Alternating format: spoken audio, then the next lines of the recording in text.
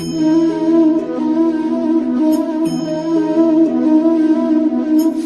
Students, કેમ છો બધા? મજામાં? લહેરમાં?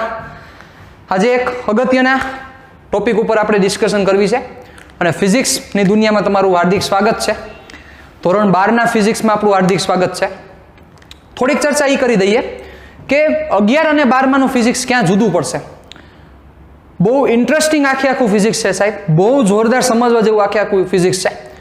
11માનું જે ફિઝિક્સ હતું આખું, એ 11માનું ફિઝિક્સમાં તમે બધું સામે, તમારી સામે દેખાતું હતું. 11માના ફિઝિક્સમાં તમને બધું સામે દેખાતું હતું. શું દેખાતું હતું? તમે એમ કહો કે સર કોઈ એક ગાડી છે, એ ગાડી 60ની સ્પીડ ઉપર ચાલે છે, તો દેખાય, તમે કલ્પના કરી શકો યસ આ 60ની સ્પીડ ઉપર જાય છે. તમે એમ કહો કે સર એક ચકડોળ છે, ચકડોળ ગતિ કરી રહ્યું છે, મોતના કૂવામાં આમ થાય છે, તો બધુંય તમે બચ્ચાઓ ઇમેજિનેશન કરી શકતા હતા, તમે એને જોઈ શકતા હતા, વિચારી શકતા હતા, એને સમજી શકતા હતા, કારણ કે એ બધું સામે દેખાય છે. એટલે 11માનું જે આખું ફિઝિક્સ હતું, એ ફિઝિક્સ તમારી સામે હતું, જે તમારી સામે દેખાય છે એ વસ્તુ હતી.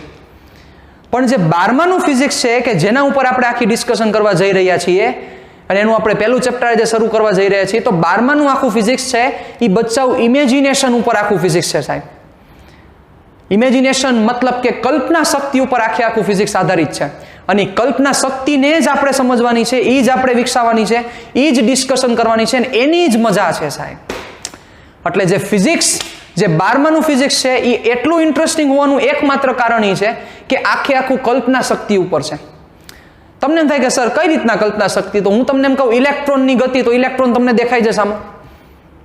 દેખાય તમને? તમે જે તમારી આજુબાજુ જે રહેલા જે ઇલેક્ટ્રોનિક્સ બધા જે પરિપથો છે, બરોબર, ઇલેક્ટ્રોનિક્સ બધા જે ઇન્સ્ટ્રુમેન્ટ છે, ડિવાઇસીસ છે, બરોબર, જે બધા સાધનો રહેલા છે તમારી આજુબાજુ, એમાં ઇલેક્ટ્રોનની ગતિ ન થાય તો પ્રવાહ વહન ન પામે, તમને એટલું ખબર છે.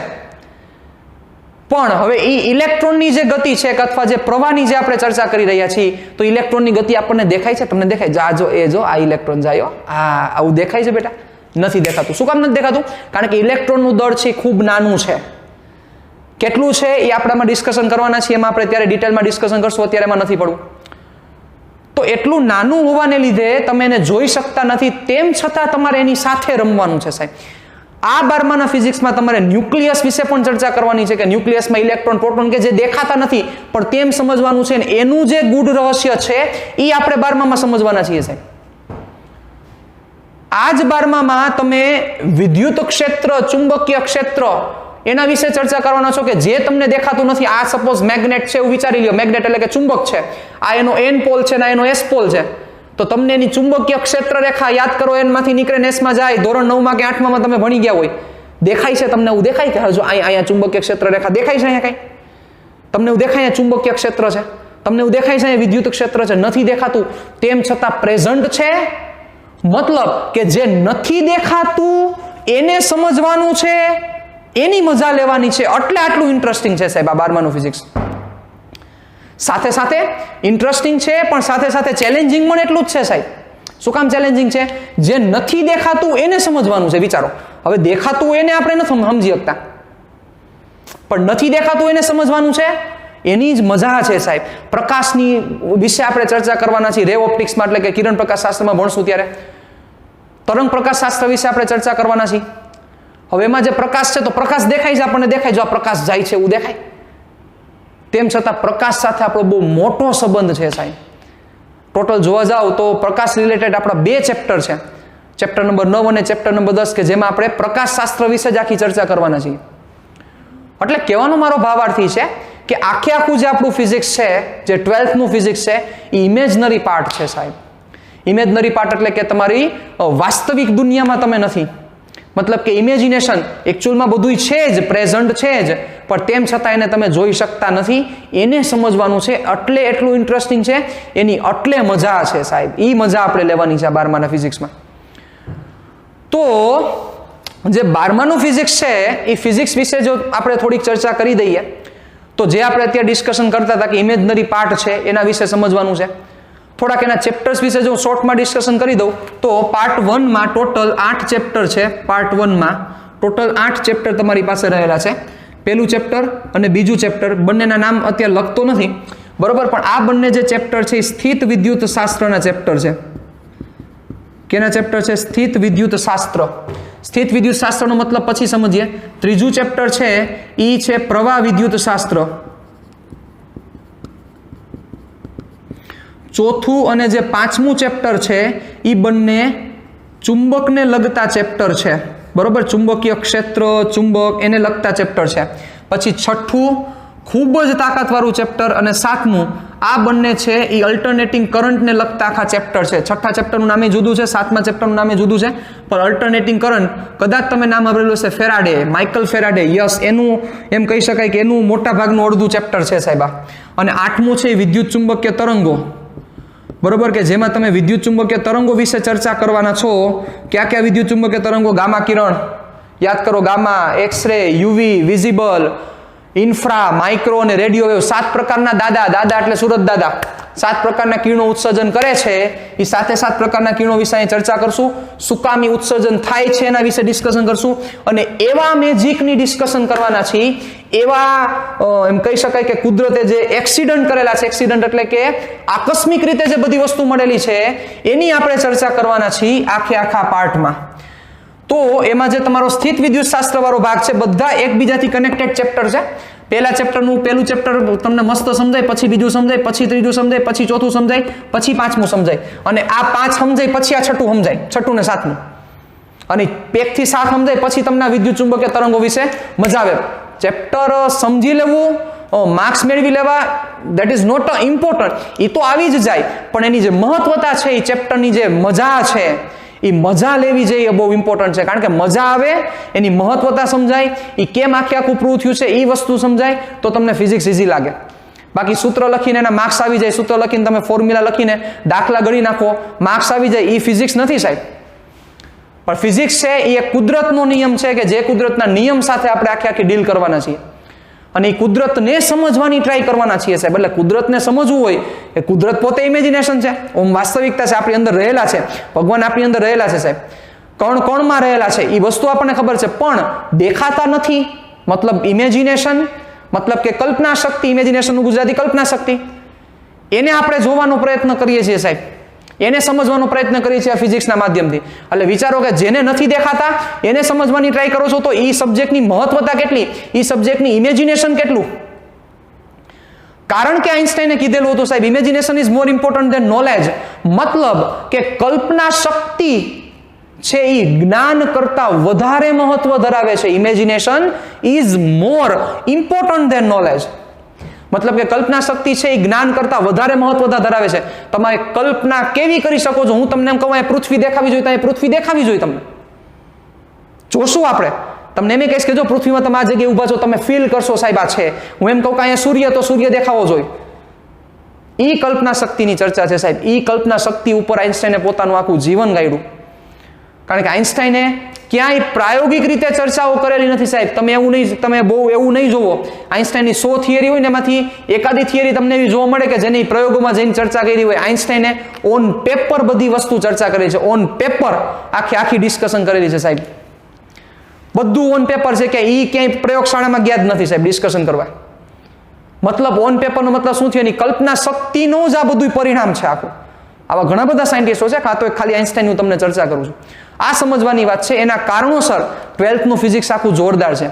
એમાં પાર્ટ 2 માં કે જે 9મું અને 10મું ચેપ્ટર છે, એની એટલી અગત્યતા છે, માર્ક્સની દ્રષ્ટિએ પણ અગત્યતા છે, અને સાથે સમજણની દ્રષ્ટિએ પણ એટલી અગત્યતા છે. અને એમાં કુદરતના એવા નિયમો તમે જોશો, કુદરતને એવું સમજશો કે તમે કુદરતને સેલ્યુટ મારશો કે સર આ કુદરત સિવાય કોઈની તાકાત નથી.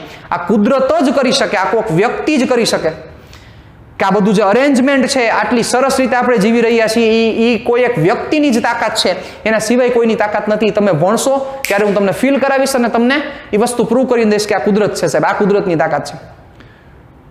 સાથે સાથે હજી એક ચેપ્ટર ભણશું, એના પછીનો જે 11મું ચેપ્ટર છે, આ શોર્ટ એન્ડ સ્વીટમાં હું ખાલી તમને ડિસ્કશન આપું છું. 11મું ચેપ્ટર છે વિકિરણ અને દ્રવ્યનો દ્વૈત સ્વભાવ. સર એવું તાકાતવાળું એનું ફિઝિક્સ છે સાહેબ, બરોબર, કે જે ફિઝિક્સ છે 19મી સદી નહીં પણ 19મી સદીના અંતમાં અને 20મી સદીની શરૂઆતમાં બધાને હલબલાવી નાખ્યા હતા સાહેબ. એ ફિઝિક્સની ચર્ચા કરવાના છીએ આપણે. કે જે ફિઝિક્સ છે ન્યૂટનિયન ફિઝિક્સ છે એનાથી આખું અલગ તરી આવ્યું. એટલે કે હું જે 11મા ચેપ્ટરની ચર્ચા કરું છું 11મું ચેપ્ટર એવું અળવિતરું છે અને એવી તાકાત ધરાવે છે કે અત્યારે એનું બહુ મોટું પ્રચલિત નામ છે સાહેબ એ ફિઝિક્સનું, જેને ક્વોન્ટમ મિકેનિક્સ કહેવાય અથવા મોડર્ન ફિઝિક્સ કહેવાય. બરોબર, એ એટલું અળવિતરું છે એને એમ કીધું કે હું ન્યૂટન પ્રમાણે ન ચાલું, ન્યૂટન કે એ નિયમો મારે ન લાગે. આખો મગજ આખો ખાલી એની ચર્ચા આપણે કરવાના છીએ, એની ડિસ્કશન આપણે કરવાના છીએ 11મા ચેપ્ટરમાં. પછી 12મું અને 13મું, 12મામાં પરમાણુ ચેપ્ટર કે પરમાણુ આવ્યા ક્યાંથી, પરમાણુ શું થયું, કઈ રીતે રધરફોર્ડ આવ્યા, પછી આવ્યા થોમ્સન આવ્યા, રધરફોર્ડ આવ્યા, લિનાર્ડ આવ્યા, પછી બોર આવ્યા, પછી ઘણા બધા સાયન્ટિસ્ટો આવ્યા છે. બરોબર, એની ચર્ચા એમાં કરશું. પછી 13મું ચેપ્ટર છે ન્યુક્લિયસ, પરમાણુ સમજીને પછી પ્રોપર આપણે ખાલી ન્યુક્લિયસની ડિસ્કશન કરવાના છીએ 13મા ચેપ્ટરમાં. અને 14મું ચેપ્ટર, તો 14મું ચેપ્ટર વિશે નાનકડી ચર્ચા કરું તો અત્યારની લાઈફ જેટલી આ નાની બનતી જાય છે ને, નાની બનતી જાય છે એનો મતલબ કે સ્ટાર્ટિંગમાં ચાર્લ્સ બેબેજે જે કોમ્પ્યુટર બનાવ્યું હતું, તમને કદાચ ખ્યાલ હોય તો ચાર્લ્સ બેબેજે જે કોમ્પ્યુટર જે બનાવ્યું એ બચ્ચાઓ 12 રૂમનું કોમ્પ્યુટર હતું. 12 રૂમમાં એ કોમ્પ્યુટર હમાણું હતું. મતલબ એમાં 12 રૂમ થઈ ભેગા થાય ને, 12 રૂમ, એ 12 રૂમ ભેગા થાય ત્યારે એક કોમ્પ્યુટર ચાલુ હતું. વિચારો, એ ચાર્લ્સ બેબેજનું પહેલું કોમ્પ્યુટર. અત્યારે તમે તમારા બેગમાં લેપટોપ લઈ જાઓ છો, વિચારો. બેગમાં, બેગ તો એ ઓછું બોલો, અત્યારે આના ઘડિયાળમાં કોમ્પ્યુટર આવી ગયા છે, ઘડિયાળમાં બધી વસ્તુ આવી ગઈ છે. અને અત્યારના સેન્સર્સ એટલા બધા તાકાતવાળા બની ગયા છે કે તમે ખાલી આમ હવામાં ખાલી આમ ક્લિક કરો, એ સેન્સર્સ બધા રાખે, હવામાં ક્લિક કરો તો અહીંયા આખી સ્ક્રીન ઊભી થઈ જાય, અહીંયા તમને દેખાય, તમે એ દબાવો એટલે નોટપેડ ચાલુ થાય, એવા કોમ્પ્યુટર આવી ગયા છે. તો આ બધું ન્યૂનીકરણ, મિનિમાઇઝેશન એટલે નાનું થવું, કોના લીધે થયું?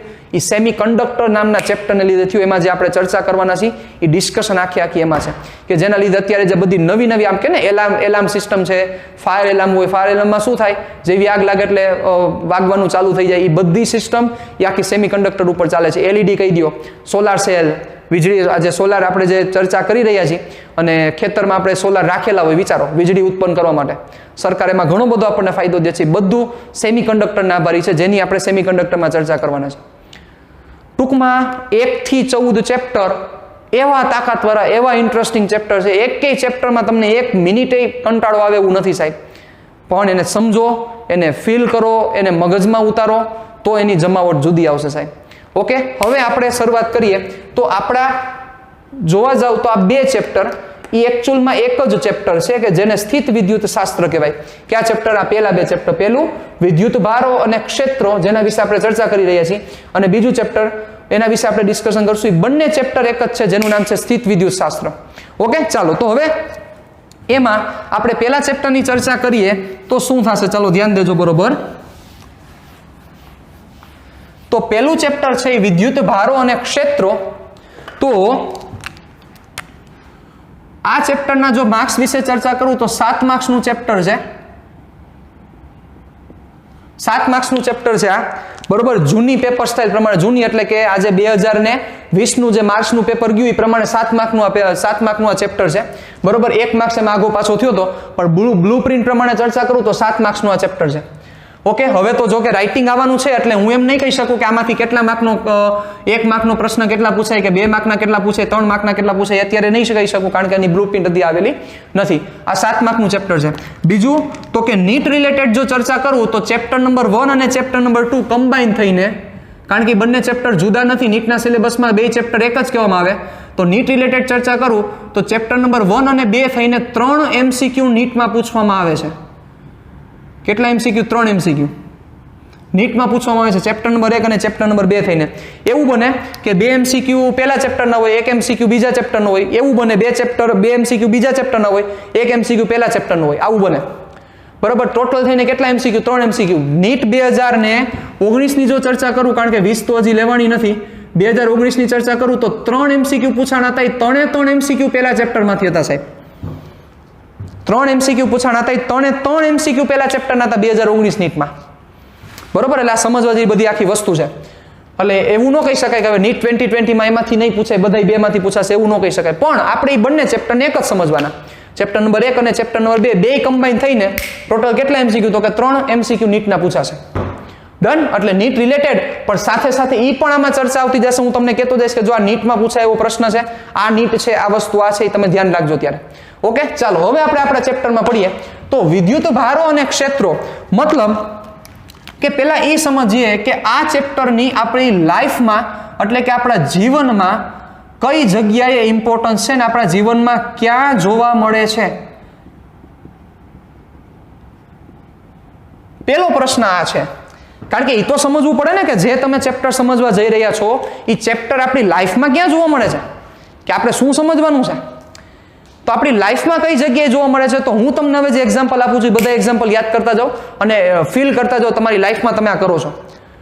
હમણાં જ શિયાળો ગયો, એ શિયાળામાં તમે ધાબળો ઓઢીને સૂતા હોય અને અંદર ધાબળાની અંદર તમે આમ આંગળા કરો, નખરા કર્યા જ હોય આપણે, તો તમને ત્યાં તણખા જોવા મળે છે. જોયા છે આવા તણખા? ધાબળો ઓઢીને સૂતા હોય, આપણે ધાબળો ઓઢીને સૂતા છીએ અને અંદરથી આપણે આમ કરીએ એટલે તમને એમાં તણખા જોવા મળે છે. તમે જોયા છે તણખા કે નથી જોયા? યાદ કરીને કયો જોઈએ મને. હવે એ તણખા જોયા તો તમે વિચાર્યું આવું થવાનું કારણ શું છે? વિચાર્યું? નથી વિચાર્યું. પહેલું એક્ઝામ્પલ. બીજું એક્ઝામ્પલ હું તમને આપું. કાંસકો હોય, કાંસકો અથવા દંતીઓ, તમે જે કહેતા હોય, કાંસકો કે દંતીઓ છે, તમારા સૂકા વાળ છે, તેલ નાખેલું નથી, ધોયેલા જ વાળ છે, સૂકા વાળ છે. હવે તમે કાંસકાથી જ્યારે તમારા વાળને ઓળવો છો ત્યારે તમે એવું જોવો છો કે એક બે વાર તમે આમ ઓળવો ને પછી કાંસકાને વાળની નજીક લઈ જાઓ તો વાળ છે એ કાંસકા બાજુ ખેંચાય છે. કા ભાઈ? શું કારણ છે? Second example. હવે થર્ડ એક્ઝામ્પલ. તમારી ઘરે જે ટીવી રહેલું છે એ ટીવી ચાલુ કરો, ટીવીની સ્ક્રીન ચાલુ કરો, તમે તમારો હાથ ટીવીની નજીક લઈ જાજો, ધૂંબા નથી મારવાના, તોડી નથી નાખવાનું, હાથ નજીક લઈ જાજો, તમે જોશો કે રૂવાટી છે એ રૂવાટી ટીવી બાજુ ખેંચાય છે. કા ભાઈ? શું કામ? શું કારણ છે? ત્રીજું, નંબર 4, રેશમી કાપડ હોય, એ રેશમી કાપડને તમે જ્યારે કાચ સાથે, કાચનું ટેબલ ઘરે રહેલું હોય, રેશમી કાપડને જ્યારે તમે કાચ સાથે ઘસો ત્યારે તમને એમાં તડતડ અવાજ આવે અથવા શું થાય, તમને તડતડ અવાજ આવે અથવા તમને એવું ફીલ થાય કે કંઈક તણખા થાય એવું તમને ફીલ થાય છે. શું કામ થાય ભાઈ? હજી એક તમને એક્ઝામ્પલ આપું તો ઇસ્ત્રીમાં પણ તમે ઘણીવાર આ વસ્તુ જોઈ, જ્યારે ઇસ્ત્રી કરતા હોય ત્યારે તમે કોઈ વસ્તુને તમે ઉપાડો, ઇસ્ત્રી કરીને ઉપાડો તો ત્યારે જોજો આમ અવાજ આવશે, ટન ટન ટન ટન એવો અવાજ આવશે. શું કામ થાય છે? પોલિસ્ટરના કપડાં તમે પહેરેલા હોય, એ કપડાં જ્યારે તમે ઉતારો છો, પોલિસ્ટરના કપડાં પહેરેલા હોય અથવા સુવાળા કપડાં પહેરેલા હોય, પોલિસ્ટરના કપડાં પહેર્યા હોય, તમે ઉતારો ત્યારે જોજો આમ તણખા થતું હોય, તમારાથી આમ ખેંચાતું એવું તમને ફીલ થશે કપડાં ઉતારો ત્યારે અથવા કપડાં પહેરો ત્યારે. કેમ ભાઈ? શું કામ થાય છે? હજી એક વસ્તુ કહું, આવા તો એક્ઝામ્પલ જોઈ એટલા આપણી પાસે પડેલા છે. હજી એક તમને એક્ઝામ્પલ આપું કે ઘણીવાર તમે આ પોલિસ્ટરની સાડી અથવા કે કોઈ વસ્તુ પહેરેલી હોય એ તમે પહેરીને અથવા પોલિસ્ટરના કપડાં પહેરેલા હોય તમે પહેરીને જેવા તમે કોઈ એક પ્લાસ્ટિકની ચેર ઉપર બેઠા હોય, બરોબર, પ્લાસ્ટિકની ચેર ઉપર તમે બેઠા છો, તમે સપોઝ લપસીને પાછી પ્લાસ્ટિકની ચેરને અડો ને તો તમને આમ ઝટકો આવે છે, આંચકો આવે છે. તમે આવું ફીલ કરેલું હશે. આજકાલ ઘણી બધી જગ્યાએ આવે, તમે ઘણીવાર જોજો તમારા કોઈ મિત્રને તમે ટચ કરો ને તો તમને આમ ઝટકો લાગે. મિત્ર ઊભો હોય તમે ટચ કરો ને તો આમ ઝટકો, તમે એમ કે તારામાં કરંટ છે. કા ભાઈ? શું કામ એવું થાય? પાછું એકવાર અડાવો એટલે ઝટકો લાગે, પણ બીજી વાર અડો એટલે ઝટકો ન લાગે, એક જ વાર ઝટકો લાગે. શું કામ? What's the reason behind that? એની પાછળનું કારણ શું છે? તો આવા બધા જે પ્રશ્નો છે એ પ્રશ્નોનું જેની સાથે કનેક્શન છે એ ફિઝિક્સની આપણે આ ચેપ્ટરમાં ચર્ચા કરવા જઈ રહ્યા છીએ. હવે આનો ઇતિહાસ ક્યાં છે? ઇતિહાસ ક્યાંથી જોવા મળ્યું? બીજી વસ્તુ સાહેબ, હું જ્યારે તમને એમ કહું છું કે તમે ઈસવીસન પૂર્વે ભાગી જાવ એટલે તમારે ગાડીમાં બેસી જવાનું, ટાઈમ ટ્રાવેલ કરવાનું છે. ટાઈમ ટ્રાવેલ એટલે કે સમય ચક્રમાં બેસીને આપણે એ બાજુ વહી જવાનું છે. એટલે જ્યારે હું તમને એમ કહું કે ઈસવીસન પૂર્વે 200 વર્ષ પહેલા, એટલે તમારે એ મગજમાં રાખવાનું કે ઈસવીસન પૂર્વે 200 વર્ષ પહેલા હું ત્યાં પહોંચી ગયો છું. હવે હું સમજવાની ચર્ચા ચાલુ કરું છું. અને ઈસવીસન પૂર્વે 200 વર્ષે જે માણસોનું મગજ હોય ને એ મગજ સાથે તમારે રહેવાનું છે સાહેબ. તો તમને ફીલ થશે કે એ લોકોની તાકાત કેવડી હતી, એ લોકોએ એ સમયે શું વિચારી દીધું સાહેબ. અત્યારે તો આપણને બધું મળી ગયું છે, આપણી આગળ મોબાઈલ છે, આપણી આગળ ટીવી છે, આપણી આગળ લેપટોપ છે, બધું મળી ગયું છે. પણ ઈસવીસન પૂર્વે મોબાઈલ આવ્યા એને વધીને 100 વર્ષ થયા, વધીને 100 વર્ષ, તો વધારે બોલી ગયો. પણ એ પૂર્વે, ઈસવીસન પૂર્વે એટલે તો વિચારો તો 100 વર્ષથી મોબાઈલ આવ્યા છે. આ બધું જે મોડર્ન ફિઝિક્સ છે કે જે તમારી લાઈફમાં લેપટોપ ને બધું જોવો છો એ બધીને સમજો તમે 100 વર્ષની આસપાસનો ખેલ છે. પણ હું તમને એમ કહું કે ઈસવીસન પૂર્વે ભાગી જાઓ તો એનો મતલબ શું થયો કે ત્યારે કાંઈ હોય જ નહીં, વીજળી હોય જ નહીં. મતલબ હું જ્યારે તમને એમ કહું કે આ સાલમાં તમારે જવાનું છે તો એ સાલમાં તમે ત્યાં પહોંચી જવા જોઈએ સાહેબ, ઘરે બેઠા ત્યાં પહોંચી જવા જોઈએ. ઈસવીસન પૂર્વે 600 એટલે એ તમે ત્યાં પહોંચી જ જવા જોઈએ કે ઈસવીસન પૂર્વે 600 વર્ષ ક્યાં છે સાહેબ. અને ત્યાં રહીને ચર્ચા કરો, એનું મગજ સાથે તમારો મગજ મેળવીને ચર્ચા કરો કે એ લોકો શું વિચારે છે સાહેબ. કારણ કે બધાએ વિચારેલું છે, એના લીધે આ વસ્તુ અહીંયા પહોંચી. તો હવે ઇતિહાસ ઉપર નજર નાખીએ તો આ બધા તો આપણા રૂટીન લાઈફના એક્ઝામ્પલ્સ હતા જે મેં તમને આપ્યા. હવે ઇતિહાસ ઉપર નજર નાખીએ તો સૌથી પહેલા વસ્તુ કોને ખટકી, આ વસ્તુ ક્યાં જોવા મળી? તો સૌથી પહેલા ઈસવીસન પૂર્વે 600 વર્ષ પહેલાની વાત છે. ઈસવીસન પૂર્વે 600 વર્ષમાં ગ્રીકના એક સાયન્ટિસ્ટ હતા થેલ્સ. તમે નામ સાંભળેલું હોય તો સાંભળેલું છે નામ થેલ્સ? થેલ્સનો પ્રમેય યાદ કરો, સમપ્રમાણતાનો મૂળભૂત પ્રમેય, ધોરણ 10 યાદ કરો તમારું ધોરણ 10. યસ, એ થેલ્સ નામના સાયન્ટિસ્ટ હતા કે જે મિલેટસના હતા. એટલે આખું આમ લખાય છે થેલ્સ ઓફ મિલેટસ. તમે જ્યારે ટેક્સ્ટ બુકમાં વાંચશો એટલે તમને ખબર પડશે Thales of millets. A Thales એટલે મિલેટસના થેલ્સ એવું બોલાય. અને મિલેટસના થેલ્સ, મિલેટસ છે એ ત્યાંની એક જગ્યાનું નામ છે એના થેલ્સ. થેલ્સ એટલે થેલ્સ નામના વ્યક્તિ, થેલ્સનો પ્રમેય. એ થેલ્સ નામના સાયન્ટિસ્ટે એક વિચિત્ર અનુભવ કર્યો સાહેબ, એક નવીન અનુભવ કર્યો. શું અનુભવ કર્યો? એને એબર નામનો પથ્થર લીધો. કયો પથ્થર લીધો? એબર નામનો પથ્થર. એબર નામના પથ્થરને એને કોની સાથે ઘસ્યો? એબર નામના પથ્થરને એને રેશમી કાપડ સાથે ઘસ્યો. એબર નામના પથ્થરને રેશમી કાપડ અથવા ઊનનું કાપડ, બેમાંથી તમને મન થાય લઈ શકો છો. રેશમી કાપડ અથવા ઊનના કાપડ સાથે ઘસ્યો. એટલે શું કર્યું? ચાલો આપણે એને તમારી સામે લાઈવ દેખાડું. એબર નામનો પથ્થર નથી પણ તમને સમજાવું. ચાલો શું છે? આને એબર નામનો પથ્થર સમજી લ્યો, આ રેશમી કાપડ સમજી લ્યો. શું કર્યું? તો કે એબર નામના પથ્થરને રેશમી કાપડ સાથે ઘસ્યો. આ રીતના ઘસ્યું, મસ્ત રીતે આમ ઘસી નાખ્યું.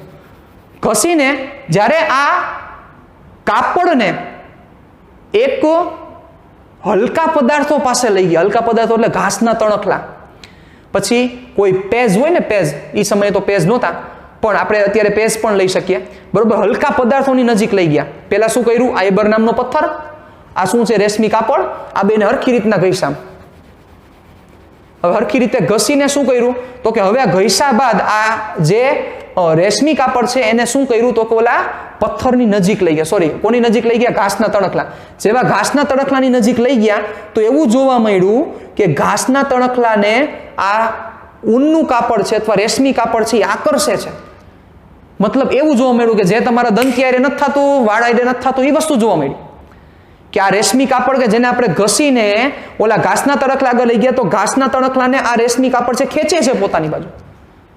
બધા મૂંઝાણા કે ભાઈ આવું શું કામ થાય? આની પાછળ શું થવાનું કારણ? આ થવાનું શું કારણ? તો એ સમયે આ વસ્તુ છે. આ તો અત્યારે જે આપણે ડિસ્કશન કરી છે એનો આન્સર આવ્યો આ વસ્તુ, પણ આ તો બહુ જૂની વસ્તુ છે. તો એ સમયે બધા શું માનતા હતા? જૂની વસ્તુ મતલબ કે એ સમયે બધા શું માનતા હતા કે આ થવાનું કારણ શું હોવું જોઈએ? તો કે આ થવાનું કારણ મેગ્નેટિઝમ હોવું જોઈએ. ગુજરાતીમાં લખું તો ચુંબકત્વ હોવું જોઈએ. શું કામ?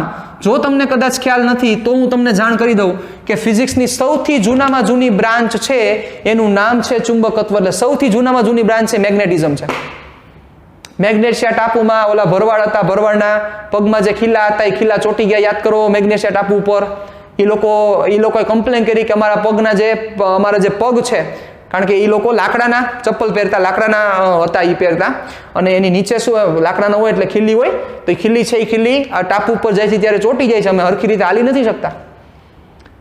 એ પ્રશ્ન, એ તો બહુ જૂનો પ્રશ્ન છે સાહેબ. એ ચુંબકત્વ સૌથી જૂની બ્રાન્ચ હતી અને એ ખબર હતી કે એન અને એસ નજીક આવે, એન એસ નજીક આવે તો આકર્ષણ થાય ને એન એન આવે તો આકર્ષણ થાય. એ વસ્તુ ખબર હતી. એટલે આ લોકોએ શું જોયું? તો કે આ લોકોએ એવું જોયું કે રેશમી કાપડ સાથે એબર નામના પથ્થરને ઘસ્યા તો એકબીજાને શું કરે છે? તો કે એ શું કરે છે? બીજા પદાર્થને આકર્ષે છે. એટલે બધાને શું મગજમાં આવ્યું કે યસ, આની પાછળ મેગ્નેટિઝમ કારણ હોવું જોઈએ. પણ થેલ્સનું માનવું જુદું હતું કે નહીં, આની પાછળ મેગ્નેટિઝમ નથી, આની પાછળ કંઈક નવીન વસ્તુ છે, આની પાછળ કંઈક નવો કોન્સેપ્ટ છે, એ થેલ્સે વિચાર્યું સાહેબ. આના ઉપર ઘણા બધા એક્સપેરિમેન્ટ્સ કર્યા. એના ઉપરથી થેલ્સે એમ કીધું કે નહીં, આ વસ્તુ કંઈક નવીન છે. એને થેલ્સે નામ આપ્યું વિદ્યુત. શું નામ આપ્યું? વિદ્યુત. કે જે વિદ્યુત શબ્દ ક્યાંથી આવ્યો? ગ્રીકનો શબ્દ છે, ગ્રીક શબ્દ ઇલેક્ટ્રોન. શું છે ગ્રીક શબ્દ? ઇલેક્ટ્રોન. સ્પેલિંગ સાંભળજો, મારો સ્પેલિંગ ખોટો નથી. તમને એમ લાગશે કે સર સ્પેલિંગ તો આવો થવો જોઈએ. સ્પેલિંગ ખોટો નથી, પણ ગ્રીકમાં ઇલેક્ટ્રોન આ રીતે જ લખાય છે કે જે ગ્રીક શબ્દ ઇલેક્ટ્રોન કે જેનો મતલબ થતો તો એબર, એના ઉપરથી આ નામ વિદ્યુત શાસ્ત્ર પડ્યું. શું પડ્યું? ઇલેક્ટ્રિસિટી, એટલે કે વિદ્યુત નામ ત્યાંથી પડ્યું. તે વિદ્યુત નામ આવ્યું ક્યાંથી? ગ્રીક શબ્દ હતો ઇલેક્ટ્રોન કે જે ઇલેક્ટ્રોનનો મતલબ હતો એબર, એના ઉપરથી આ વિદ્યુત નામ આવ્યું. અને પછી થેલ્સે સિરીઝ ઓફ એક્સપેરિમેન્ટ કર્યા, શ્રેણીબદ્ધ પ્રયોગો કર્યા, અને એ પ્રયોગોની આપણે હમણાં અત્યારે ચર્ચા કરવા જઈ રહ્યા છીએ. ઓકે, ચાલો આપણે આગળ વધીએ. હવે તો જોજો,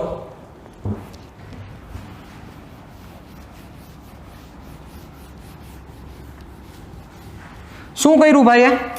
એ ભાઈએ એવું કર્યું, સૌથી પહેલા આખી અરેન્જમેન્ટ મસ્ત રીતે સમજો, સમજવા જેવી આખી ડિસ્કશન છે, અને એવી એટલી જ ઇન્ટરેસ્ટિંગ ડિસ્કશન છે આ. એને શું કર્યું તો કે રેશમી કાપડ સાથે કાચના સળિયાને ઘસ્યો. એક કાચનો સળિયો લીધો અને રેશમી કાપડ લીધું. રેશમી કાપડ સાથે કાચનો સળિયો ઘસ્યો સાહેબ. ચાલો, એટલે કોને જેવી વાત થઈ? હમણાં જે ચર્ચા કરી મુજબ. ચાલો હવે આપણે ધ્યાન રાખજો બરોબર. આપણે આને રેશમી કાપડ લઈ લઈએ. રેડી? રેશમી કાપડ, આ રેશમી કાપડ અને આ કાચનો સળિયો. મન થાય ત્યારે ફેરવી નાખશું આપણે, એવું કંઈ આપણે નમરે કંઈ. ચાલો, શું કર્યું એને? રેશમી કાપડ લીધું, આ કાચનો સળિયો. હવે આ બંનેને એકબીજા સાથે ઘસ્યા, સરખી રીતના ઘસ્યા. રેડી? હવે આ જે કાચનો સળિયો છે એને હું આ બાજુ પકડીને રાખું છું, આને ઘસીને આપણે રાખી દીધો છે. આ ખીચામાં જવા દઈ. હવે બીજો કાચનો સળિયો લીધો, એને હું કર્યો? પાછો આની અરે ઘસ્યો સરખી રીતનો કરીને. આ ઘસ્યો. આ બીજો કાચનો સળિયો અને આ પેલો કાચનો સળિયો. આને ઘસ્યો છે, આને ઘસ્યો છે. જ્યારે આ બેને નજીક લઈ આવવામાં આવ્યા તો આ બે એકબીજાને અપાકર્ષી બળ લગાડતા હતા. થઈ લાઈટ? સમજ્યા? નો સમજ્યા? સમજાવું ફરીથી? સાંભળો. શું કર્યું એને? ફરીથી કહું. આ કાચનો સળિયો એને ઘસ્યો સરખી રીતનો કરી રેશમના કાપડ સાથે. પછી એવું જ કોને ઘસ્યો? બીજા કાચના સળિયાને ઘસ્યો. હવે આ બંનેને જ્યારે એકબીજાથી નજીક લઈ આવવામાં આવ્યા તો એ એકબીજાને શું કરતા હતા? અપાકર્ષતા હતા. આવું એક્સપેરિમેન્ટ જોવા મળ્યું, આવું એક્ઝામ્પલ જોવા મળ્યું. વધી આગળ આપણે. એટલે હવે શું દેખાડું છું? આ કાચનો સળિયો, આ પેલો કાચનો સળિયો, આ બીજો કાચનો સળિયો કે જેને કોની સાથે ઘસેલા છે? આ બંનેને તમે ઊનના કાપડ સાથે ઘસેલા છે. બરોબર? આ બંનેને જ્યારે નજીક લઈ આવવામાં આવ્યા, જ્યારે બેને નજીક લઈ આવવામાં આવ્યા ત્યારે શું થયું? બંને વચ્ચે અપાકર્ષી બળ થયું. અપાકર્ષી બળનો મતલબ ખબર હોય ને? બે એકબીજાને શું કરે? ધક્કો મારે. સમજો મારી વાત. હવે આ જ વસ્તુ ઘસ્યા બાદ મતલબ કે કાચના સળિયાને ઘસ્યા બાદ હવે જે ઓલું રેશમનું કાપડ છે એને જ્યારે નજીક લઈ આવવામાં આવ્યું, આ કાચનો સળિયો કોણ છે? કાચનો સળિયો. આ રીતના દોરો એટલે તમે સમજી જાજો, કાચનો સળિયો અને આ રેશમનું કાપડ. ઘસ્યા બાદ જ્યારે કાચના સળિયાને રેશમના કાપડને નજીક લઈ આવવામાં આવે છે તો એ બે વચ્ચે આકર્ષણ બળ જોવા મળે છે. એ ભાઈ, મતલબ શું થયું? સમજ્યા તમે મારી વાત? શું વસ્તુ આખી કહેવા માંગે છે? વિચારો, અહીં ધ્યાન દેજો. સૌથી પહેલા કર્યું એમ, બે કાચના સળિયાને ઘસ્યા સરખી રીતના કરીને. હાલો, પેલો ઘસ્યો, હવે બીજો. હવે એ બે કાચના સળિયાને ઘસેલા કાચના સળિયાને નજીક લઈ આવવામાં આવે તો અપાકર્ષી બળ લાગે છે. પણ એક કાચનો સળિયો કે જેને તમે આનાથી ઘસ્યો છે, એ કાચના સળિયાને રેશમના કાપડની નજીક લઈ આવવામાં આવે તો આકર્ષી બળ લાગે છે. બધાય હલવાના. એટલે આવું કાં થાય? હજી આ એક્સપેરિમેન્ટ અહીંયા ઊભા નથી રહેતા. સાથે સાથે હજી શું કરવામાં આવ્યું તો કે ઘસ્યા બાદ જે કાચનો સળિયો છે એને પિત્તબોલ, બરુની ગોળી સાથે કનેક્શનમાં લેવામાં આવ્યું. હાલો ધ્યાન દેજો બરોબર. તમને એમ થશે સાહેબ બરુની ગોળી એટલે શું? ઓકે, બરુની ગોળી છે. અત્યારે બરુની ગોળીનો મતલબ તમે પોલિસ્ટિરીન બોલ લઈ શકો. કેવો બોલ? પોલિસ્ટિરીન બોલ. ઓકે, તમે ખાલી સર્ચ કરજો પોલિસ્ટીરીન બોલ નો મતલબ શું થાય, અથવા તમને એક વસ્તુ યાદ દેવડાવું કદાચ તમને જો ખ્યાલ હોય તો. તમે નાસ્તાની પ્લેટ જોવો ને, નાસ્તાની પ્લેટ, કાગળવાળી પ્લેટ નહીં, બરોબર, કાગળવાળી પ્લેટ નહીં ને પ્લાસ્ટિકની પ્લેટ નહીં, બરોબર. એક પ્લેટ એવી આવે કે જેમ કરકરી પ્લેટ હોય, મારી પાસે અત્યારે છે નહીં, નકર તમને દેખાડે, કરકરી પ્લેટ હોય, બરોબર. એ પોલિસ્ટીરીનની પ્લેટ કહેવાય, બરોબર, કે જેમાં તમે ઘણીવાર પ્રસાદ સત્યનારાયણ યાદ કરો, સત્યનારાયણ ભગવાનનો પ્રસાદ તમને કેમાં મળે, ઓલો મોટો વાટકો ન હોય, બરોબર, એ પ્લાસ્ટિકનો વાટકો નહીં, કે પછી આપણે આ નહીં, કાગળની પ્લેટ આવે એ નહીં, કાગળની પ્લેટ આવે અને પ્લાસ્ટિકનો વાટકો આવે એ નહીં, પણ એની એ બેની વચ્ચેનો તમને આમ કરકર્યો હોય એવો જોજો. સત્યનારાયણ ભગવાનના મોટા ભાગે સત્યનારાયણ ભગવાનના પ્રસાદમાં છે ને એ જ વાટકો ઉપયોગ થાય, બરોબર. તો એ વાટકો છે ને પોલિસ્ટીરીન મટીરિયલ કહેવાય. કેવું મટીરિયલ કહેવાય? પોલિસ્ટીરીન. તેમ છતાં જો તમારે જોવું હોય પોલિસ્ટીરીન મટીરિયલ કેવું છે તો આને સર્ચ કરજો તમને ગૂગલમાં, એટલે ગૂગલમાં સર્ચ કરશો એટલે તમને મળશે પોલિસ્ટીરીન મટીરિયલ કેવું હોય. એ પોલિસ્ટીરીન બોલ છે, એ પોલિસ્ટીરીન બોલને તમે બરૂની ગોળી તરીકે લઈ શકો. ચાલો, તમને થાય કે સાહેબ હવે એવું ક્યાં ગોતવા જવું, નથી ગોતવું. પોલિસ્ટીરીન બોલ ન મળે તો કાંઈ વસ્તુ કરો, માં એક કાગળનો ડૂચો બનાવી નાખો. એક જ મિનિટ મને આપો તમે. ચાલો, સપોઝ આ એક કાગળ છે, આ કાગળ આપણે લઈ લઈ, સપોઝ નહીં, છે જ કાગળ, બરોબર. હવે આ કાગળ લઈ લઈએ, ઓકે. ચાલો, હવે શું કરી નાખીએ, આનો નાનકડો એક આમ ડૂચો બનાવી નાખીએ આને. હાલો, ડૂચો બનાવ્યો મસ્ત રીતે, આમ ડૂચો બનાવી નાખવાનો. હવે આના ઉપર ક્યુ ફોઇલ લગાડી દેવાનું, સિલ્વર ફોઇલ, બરોબર. સિલ્વર ફોઇલ અથવા યાદ કરો, તમને સપોઝ યાદ ન આવે તો તમને ઓલી વસ્તુ યાદ આવશે, ચાઇનીઝ ભેળ તો બધે ખાતા જ હોય. ચાઇનીઝ ભેળ જ્યારે આપણે પાર્સલ લઈ આવીએ છીએ ત્યારે તમને શું આપે છે, પાર્સલ કેમાં કરે છે, ઓલું સિલ્વર કલરનું ફોઇલ હોય છે, ખબર હોય તો, વરખ કહેવાય. એના ઉપર તમે વીંટાળી દો, એના ઉપર વીંટાળી દો એટલે જે આ ગોળી બને એને બરૂની ગોળી લઈ શકાય, બરોબર. એમાં જરાય મૂંઝાવાની જરૂર નથી. અને મોટી બનાવી તો મોટી બનાવી શકાય, એ બરૂની ગોળીની આ ચર્ચા છે, બરોબર. કે જેને ઇંગ્લિશમાં પીથબોલ કહેવાય. શું કહેવાય? પીથબોલ. એટલે તમે ગૂગલમાં સર્ચ પણ કરી શકો છો, આવું લખજો પીથબોલ, બરોબર. અને પોલિસ્ટીરીન તમારે જો સર્ચ કરવું હોય તો ઇંગ્લિશમાં આવું લખજો, પોલિસ્ટીરીન. રેડી? એટલે તમને મળશે આખું કે પોલિસ્ટીરીન બોલ કેવા હોય. તો હવે પોલિસ્ટીરીન બોલ સાથેના એક્સપેરિમેન્ટમાં આપણે ચર્ચા કરીએ, ત્યાંથી આપણે આગળ વધીએ. આ તો બધી તમને હું ડિસ્કશન કરતો હતો. શું કર્યું? એક આધાર, દ્રઢ આધાર. જનરલી આ રીતે ડ્રો કરવું એટલે તમે સમજી જજો બેટા દ્રઢ આધાર સૂચવે છે. દ્રઢ આધારથી બે રેશમની દોરી લટકાવેલી છે. આ રેશમની દોરી છે, રેશમની દોરી અથવા ઊનની દોરી, આ બંને જ છે. આ કલર એક જ છે એટલે તમે સમજી ગયા બે એક જ છે. એની નીચે પીથબોલ. હા, સમજી ગયા પીથબોલ એટલે શું થયું? પીથબોલ લટકાવવામાં આવેલા છે. એની નીચે આપણે કાગળના ડૂચા નાના નાના, ઓલા એની માથે સિલ્વર આપણે જે ફોઇલ લગાડી લીધી છે એ લગાડવામાં આવ્યા. હવે શું કર્યું? કરવામાં આવ્યું, સાંભળજો મારી વાત બરોબર. શું કરવામાં આવ્યું કે આ જે કાચનો સળિયો છે, કે જે ઘસેલો કાચનો સળિયો છે, એ કાચના સળિયાને કોની સાથે સંપર્કમાં લેવામાં આવ્યો? તો કે આ પીથબોલ સાથે સંપર્કમાં લેવામાં આવ્યો. એટલે જે આ ઘસેલો કાચનો સળિયો છે ને પીથબોલ સાથે સંપર્કમાં લેવામાં આવ્યો, આ પહેલા પીથબોલ. પછી આ જ કાચના સળિયાને આ બીજા પીથબોલ સાથે કનેક્શનમાં લેવામાં આવ્યું. સૌથી પહેલા આ કાચના સળિયાને ઘસી નાખ્યો છે. તમે ઘસીને બધી ચર્ચા ઘસીને જ છે, ઘસા વગરની આપણે ચર્ચા કરતા નથી. ઘસીને આ પહેલા પીથબોલ સાથે કનેક્શનમાં લઈ આવ્યા, પછી આ બીજા પીથબોલ સાથે કનેક્શનમાં લઈ આવ્યા.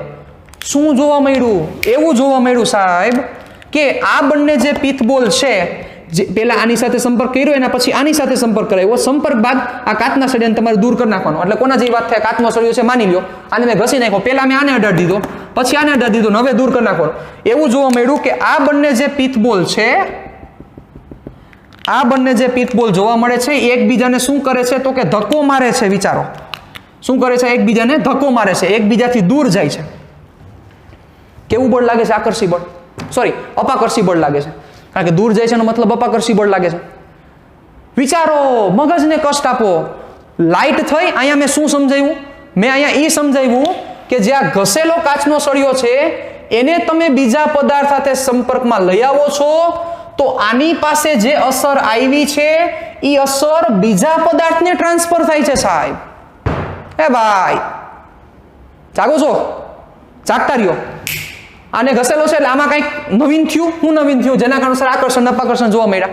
હવે આને જેવો આની સાથે સંપર્કમાં લઈ આવ્યા, આ પીથબોલ સાથે જેવો સંપર્કમાં લઈ આવ્યા, તો આની પાસે જે કંઈ અસર હતી એ આમાંથી થોડીક અસર આને ટ્રાન્સફર થઈ.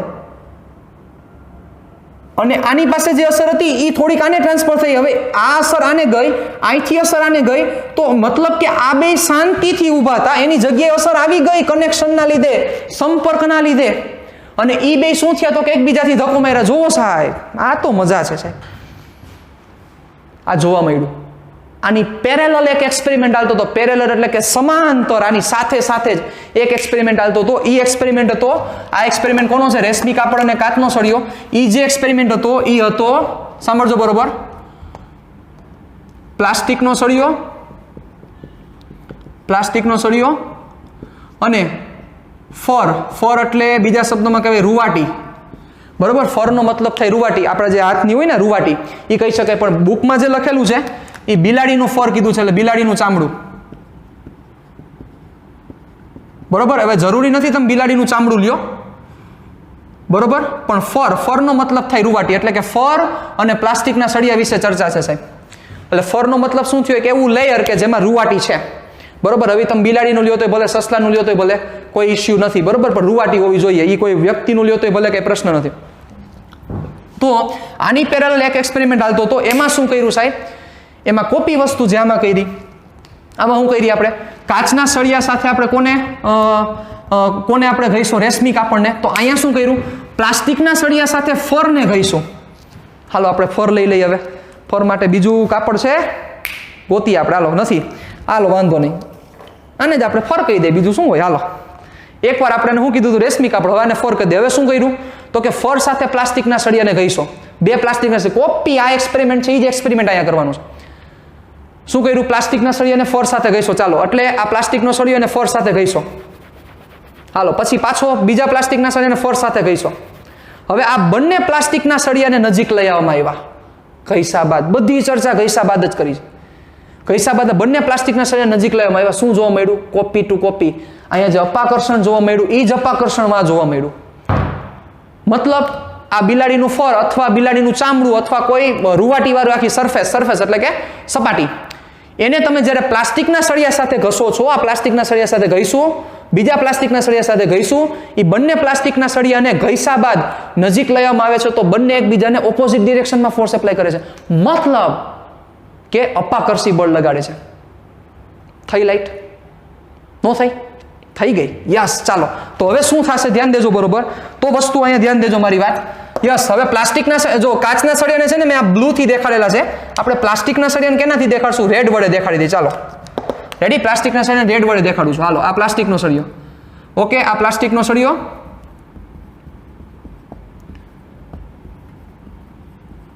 પ્લાસ્ટિકનો સળિયો અને બિલાડીનું ચામડું. હાલો, આ બિલાડીના ચામડાને આના વડે દેખાડી દઉં છું.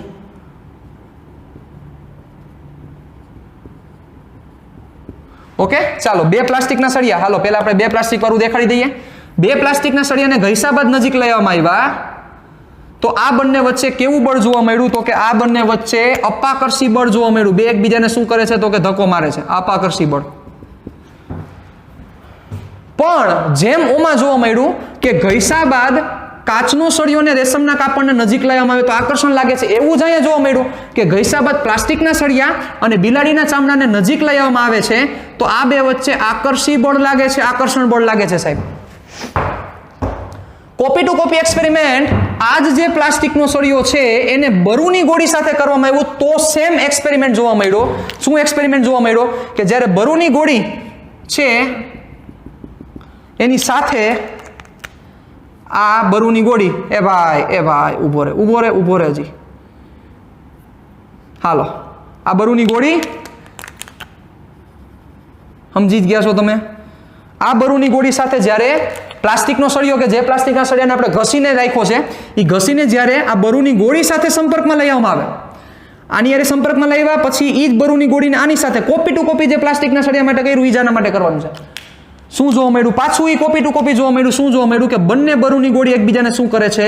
અપાકર્ષી બળ લગાડે છે સાહેબ. પણ હવે સાંભળજો, જે ખેલ સાંભળવા જેવો છે સાહેબ. હવે શું જોવા મળ્યું? કે રેશમી કાપડ સાથે જે આ કાચનો સળિયો તમે ઘસેલો છે અને બિલાડીના ચામડા સાથે જે તમે આ પ્લાસ્ટિકનો સળિયો ઘસેલો છે, એ ઘસ્યા બાદ એક પ્લાસ્ટિકનો સળિયો અને એક આ એક કાચનો સળિયો અને એક આ પ્લાસ્ટિકના સળિયાને નજીક લેવામાં આવે, આ કાચનો સળિયો અને આ પ્લાસ્ટિકનો સળિયો જ્યારે નજીક લેવામાં આવે ઘસ્યા બાદ, આને કોની સાથે ઘસ્યો છે? રેશમ કાપડ સાથે. આને કોની સાથે ઘસ્યો છે? બિલાડીના ફર સાથે. ઘસ્યા બાદ બેને નજીક લેવામાં આવે, સાહેબ આકર્ષણ જોવા મળ્યું.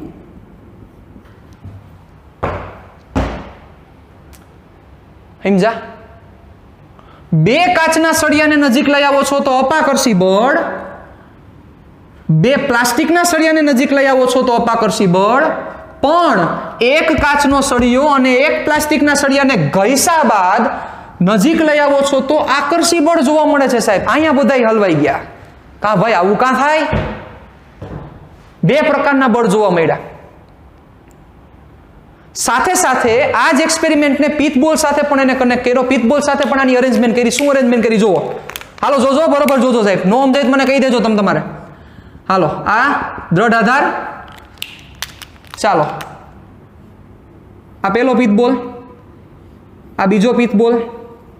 બરોબર, શું કર્યું તો કે આ બે પિથબોલ રહેલા છે, એમાં એક બાજુ એને કાચના સળિયાને કનેક્શન આપ્યું. હાલો, કાચનો સળિયો, આ કાચના સળિયાનું સંપર્ક કરાવ્યું અને બીજી બાજુ એને પ્લાસ્ટિકનો સળિયો ઘસ્યા બાદ સંપર્કમાં લઈ આવ્યા. અહીંયા સંપર્કમાં પ્લાસ્ટિકનો સળિયો લઈ આવ્યા. એક બાજુ કાચનો સળિયો લઈ આવ્યા, એક બાજુ પ્લાસ્ટિકનો સળિયો લઈ આવ્યા.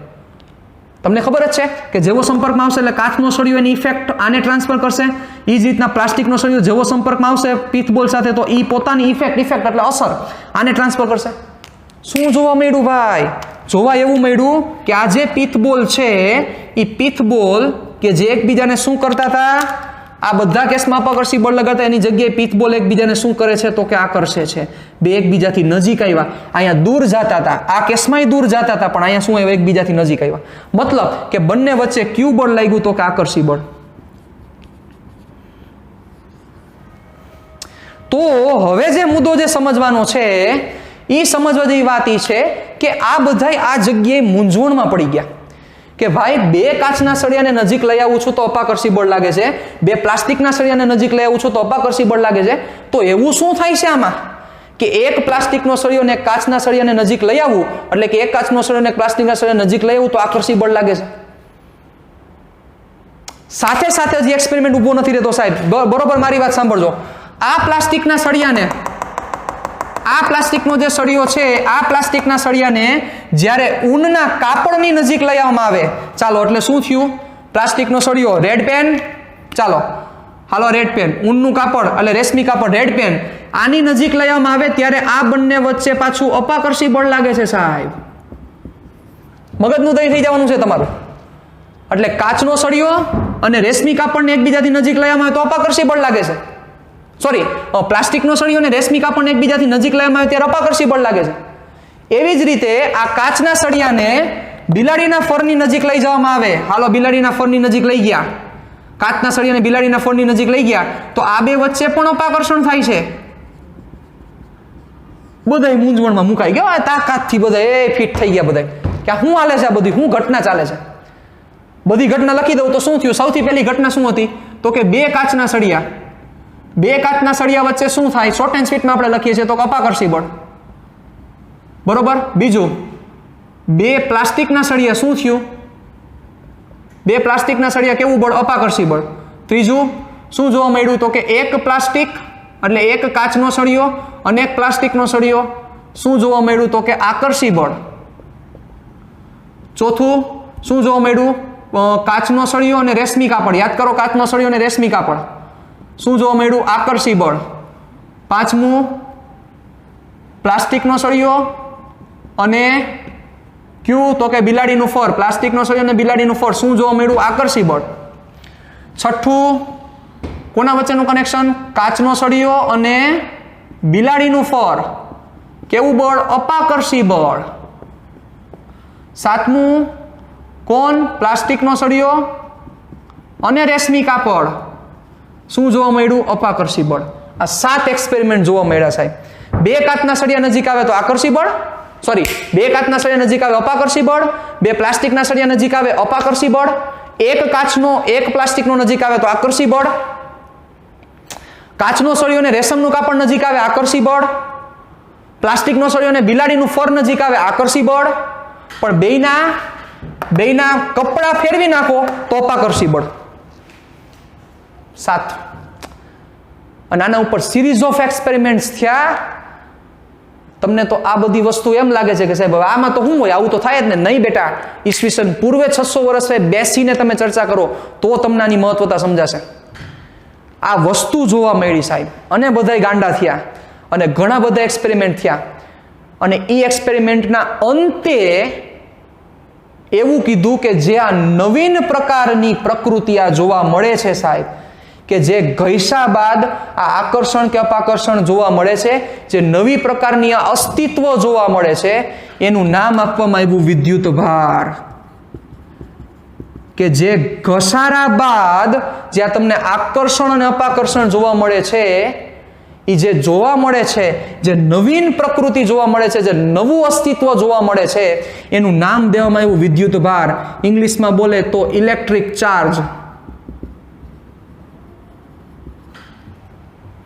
એનું નામ દેવામાં આવ્યું. કારણ કે પેલા બધા મેગ્નેટ સમજતા હતા, બધા એમ જ સમજતા હતા કે આ તો ચુંબક છે. પણ પછી સાહેબ આ બધા એક્સપેરિમેન્ટ્સ થયા, એમાં બધી હરી જોવા મળી, આમાં બધું નવીન જોવા મળ્યું. આને તમે અડાડી દો તો અહીંથી ઇફેક્ટ ટ્રાન્સફર થાય. ચુંબકમાં એમ ઇફેક્ટ ટ્રાન્સફર ન થાય, યાદ કરી લ્યો એટલે તમને વધારે ક્લિયર થાય. કોઈ ચુંબક હોય, ચુંબકને તમે આવા કોઈ ડૂચાઈ અડાડી દો તો હું ચુંબક આનું ચુંબક હોય, ચુંબક આમાં વહી જાય? ન જાય. જાય કોઈ દી? ન જાય. આ તો એક કાગળનો ડૂચો છે ને, અહીંયા તમે ચુંબક હોય, આ સપોઝ ચુંબક છે તો ચુંબકને કાગળના ડૂચાઈ અડાડો તો હું ટ્રાન્સફર થઈ જાય? ન થાય. પણ અહીંયા તો ટ્રાન્સફર થાય છે સાહેબ. અહીંયા તો આ જે અસર આના ઉપર આવી હતી તો સીધું તમે જવું અને અડાડ્યું તો અસર સીધી ટ્રાન્સફર થઈ ગઈ. એ ટ્રાન્સફર થાય છે, પણ એ અહીંયા ટ્રાન્સફર ચુંબકમાં ટ્રાન્સફર જોવા મળે નહીં. ખબર છે તમને બધાને? તો જે આ બધી નવીન ઘટના બધી જે જોવા મળી, એ ઘટના ઉપરથી કે જે નવી રાશિ માર્કેટમાં આવી, અને એ લોકોએ કીધું કે આ જે નવું અસ્તિત્વ છે સાહેબ, કે જેના વિશે હજી કોઈને ખબર નથી, નવા અસ્તિત્વનું નામ આપ્યું વિદ્યુત ભાર. અને આ વિદ્યુત ભારના 2 પ્રકાર પડ્યા. એ વિદ્યુત ભારના 2 પ્રકાર કેવી રીતે પડ્યા છે એની વિશે પણ આપણે નેક્સ્ટ સેશનમાં ચર્ચા કરશું. આ વિદ્યુત ભાર ઉપરથી લોકો 2 વસ્તુ ઉપર નક્કી આવ્યા કે સજાતીય વિદ્યુત ભાર હશે, એટલે કે સમાન જાતના વિદ્યુત ભારો છે ત્યારે અપાકર્ષી બળ જોવા મળે છે. કે જે ઓમાં હતું જ, કેમાં હતું? ચુંબકમાં હતું જ. NN વચ્ચે અપાકર્ષી બળ લાગતું હોય. SS તમે જોજો, ચુંબક હોય, ચુંબકને એક છેડો એવો હોય છે કે તમે નજીક લાવો તો આકર્ષી બળ લાગે, પછી એક છેડો નજીક લાવો તો બે આમ એકબીજાથી દૂર જ જતા હોય. યસ, તો સજાતીય હશે તો અપાકર્ષી બળ લાગશે, અને વિજાતીય હશે તો કેવું બળ લાગશે? આકર્ષી બળ લાગશે. હવે વિદ્યુત ભારના પ્રકાર કેટલા, શું છે, કેમ છે, એ બધી ચર્ચા આપણે નેક્સ્ટ સેશનમાં કરવાના છીએ. આજના સેશનમાં નથી કરતા. પણ બેટા હું તમને એ કહેવા માંગુ છું, તમે ઈસવીસન પૂર્વે 600 વર્ષે બેઠેલા છો, હજી આપણે આપણી લાઈફમાં હજી પહોંચ્યા નથી સાહેબ. આપણી લાઈફ એટલે 2020માં આપણે નથી, ઈસવીસન પૂર્વે 600 વર્ષે બેઠા છો. એનો મતલબ એ સમજો કે તમને ઇલેક્ટ્રોન શું છે એ નથી ખબર, પ્રોટોન શું છે એ નથી ખબર. સાહેબ ક્યારે આ બધી શોધ થઈ? ઇલેક્ટ્રોનની શોધ થઈ 20મી સદીની શરૂઆતમાં, 19મી સદીના એન્ડમાં. 1895ની સાલમાં ઇલેક્ટ્રોન આવ્યો, બરોબર? ત્યાં સુધી ઇલેક્ટ્રોન હતો જ નહીં.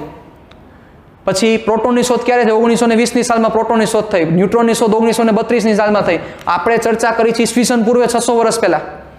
મતલબ તમને ઇલેક્ટ્રોન શું હોય ન ખબર હોય, પ્રોટોન શું હોય ન ખબર હોય, ન્યુટ્રોન શું હોય નથી ખબર, મતલબ કે તમને કાંઈ ખબર જ નથી. ત્યાંથી આ બધું સમજી છે. એટલે આ લેવલે બેસીને ચર્ચા કરજો તો તમને મજા આવશે સાહેબ. તો આની જમાવટ છે સાહેબ. ક્લિયર? ડન? રેડી? એટલે આ વસ્તુ મગજમાં રાખજો. મતલબ ઇલેક્ટ્રોન, પ્રોટોન, ન્યુટ્રોન ન ખબર હોય બેટા, તમને પરમાણુ વિશે કાંઈ ખ્યાલ જ ન હોય. અને ઈસવીસન પૂર્વે 600 એટલે ન્યૂટન સાહેબનો જન્મ 1642માં છે બેટા. ઈસવીસન 1642માં ન્યૂટન સાહેબનો જન્મ છે, અને આપણે ચર્ચા ઈસવીસન પૂર્વે 600 વર્ષે કરી છે. એટલે એની મહત્વતા સમજો, એની તાકાત સમજો સાહેબ, એ સમજવા જેવી વાત છે. એટલે મતલબ તમને કાંઈ વસ્તુ ખબર નથી, ન્યૂટનના એકેય નિયમો નથી. આઇન્સ્ટાઈનનો જન્મ હોય જ નહીં સાહેબ. આઇન્સ્ટાઈનનો જન્મ 1879ની સાલમાં છે. ન્યૂટન સાહેબ એ પહેલા ગેલેલિયો જન્મ્યા 1564માં, તો ગેલેલિયો ન હોય સાહેબ, ઈસવીસન પૂર્વેની વાત છે સાહેબ. ઈસવીસન પૂર્વે કેટલી વાર બોલું છું, એક ને એક વાત. એટલે તમને ટૂંકમાં ફિઝિક્સ નામે કાંઈ વસ્તુ ડેવલપ જ નથી થઈ. ખાલી એક જ વસ્તુ થોડીક બધી જાણતા હતા. કઈ વસ્તુ? ચુંબક વિશે જાણતા હતા, બાકી કંઈ ખબર જ નથી. ન્યૂટનિયન ફિઝિક્સ છે જ નહીં, ન્યૂટનનું ફિઝિક્સ જ નથી. ન્યૂટન જ નથી, ફિઝિક્સ નો જ હોય.